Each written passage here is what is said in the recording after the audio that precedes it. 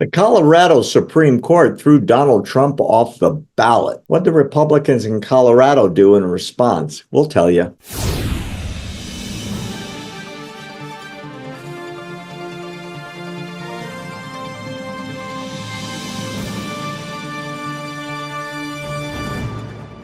The wild circus out of Colorado is insane. The court there has kicked President Trump off the ballot by finding an interpretation of a bizarre, never used before clause of the 14th Amendment, disqualifying a candidate from public office if they've engaged in an insurrection. And the court ruled 4-3, as the only court in history to do this, that President Trump can't be on the ballot because he ran the insurrection on January 6th. Ever since then, Trump's numbers have skyrocketed.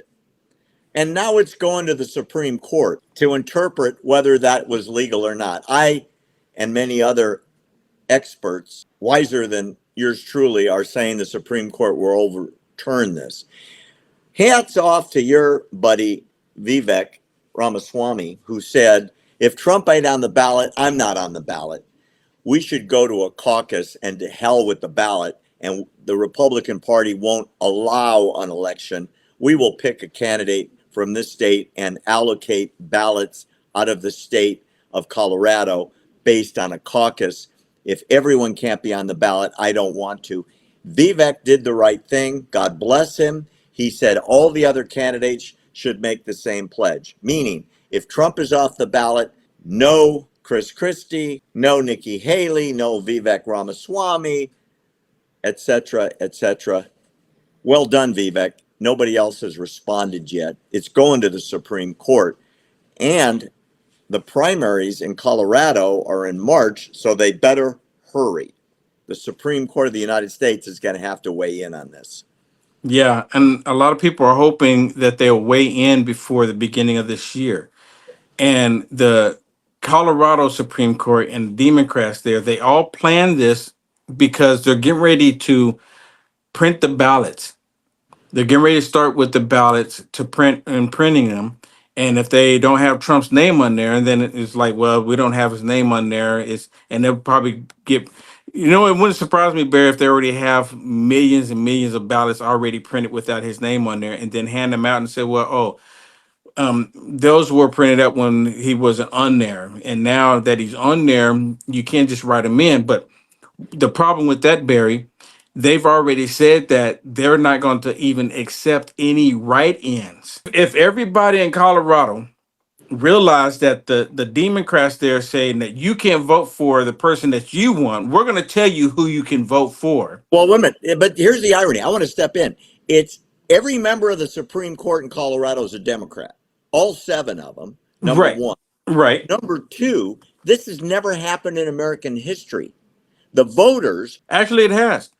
This is not the first time it happened. It happened with Abraham Lincoln. Tell me. I didn't know that. Yeah, and see, I didn't know that either. I'm so happy to tell you. I'm so happy to share it with you because I was saying the same thing, that this has never happened. This country, what's happening in our country, but it actually happened before. It happened with Abraham Lincoln. It was 10 states they removed Abraham Lincoln from, Barry.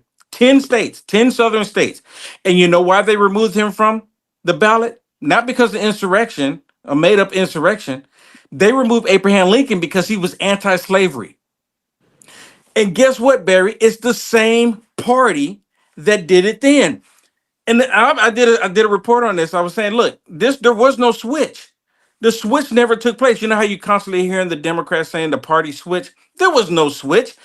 They did the same tactics then, trying to remove a candidate that they feared would take away their power, their control, their way of life, demonic way of life, because owning people is pretty demonic, Barry. And now they're applying the same thing again to President Trump, making up a whole fraudulent thing, which the Colorado violated the Constitution, Barry. It stipulates that the states cannot override the U.S. Constitution and say, well, we're just going to apply the 14th Amendment at the state level, saying that he violated to remove him from the ballot.